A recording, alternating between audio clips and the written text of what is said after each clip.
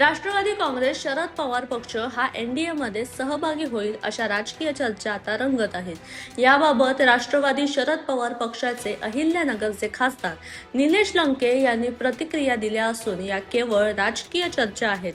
जयंत पाटील आणि विनोद तावडे यांच्यात गुप्त बैठक झाल्याची देखील चर्चा आहे। त्यावर बोलताना कोणत्याही गुप्त बैठका झाल्या नसल्याचं निलेश लंके यांनी स्पष्ट केलं आहे।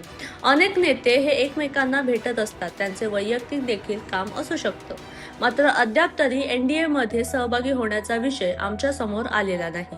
दरम्यान विरोधी पक्षातील आमदार आणि खासदारांना पुरेसा निधी मिळत नसल्याच्या तक्रारीबाबत बोलताना निलेश लंके म्हणाले, निवडणूक लढवत असताना आपण एका पक्षाचे उमेदवार म्हणून निवडणूक लढवत असतो, मात्र निवडणूक आल्यानंतर आपण संपूर्ण राज्यातील जनतेच्या विकासाचा विचार केला पाहिजे। असंच धोरण सत्ताधाऱ्यांचं देखील असलं पाहिजे, असं मत त्यांनी यावेळी व्यक्त केलं आहे।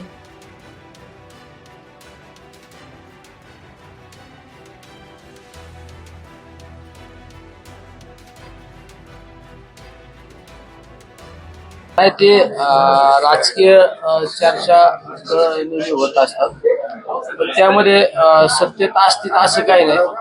पण असं काही राष्ट्रवादी पक्ष आदरणीय पवार साहेबांच्या नेतृत्वाखाली अशी एक बैठक पण झालेली नाही। म्हणजे अशा कुठल्या घडामोडी मला तरी माझ्या निदर्शनात आलेल्या नाही।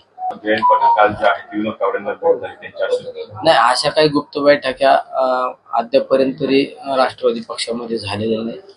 आणि जयंत पाटील साहेब जर विनोद तावडे साहेबांना भेटले असतील तर काही व्यक्तिगत कामं सुद्धा असू शकतात की एकदा विधान भवनामध्ये काही विरोधी आमदारांनी आंदोलन केलं की आम्हाला निधी बाकी सत्तेतल्या आमदारांनी इतका निधी मिळत नाही, त्याचं नेतृत्व खडसे साहेबांनी केलं होतं। त्यावेळेस काँग्रेस राष्ट्रवादीची सत्ता होती आणि त्यावेळेस काँग्रेस राष्ट्रवादीची सत्ता असताना भाजपच्या काही आमदारांना पुरेसा असा निधी मिळाला नाही। तर त्यावेळेस परत डिसिजन झाला की सगळ्यांना समान निधी मिळाला पाहिजे, अशा पद्धतीने ते सरकार चालत होतं। पण आजच्या कालखंडामध्ये एखादा विरोधी आमदार असो किंवा खासदार असो, त्याच्या मतदारसंघात कसं काम नाही झालं पाहिजे, त्याला निधी मिळाला नाही पाहिजे, याचा जाणीवपूर्वक प्रयत्न केला जातो।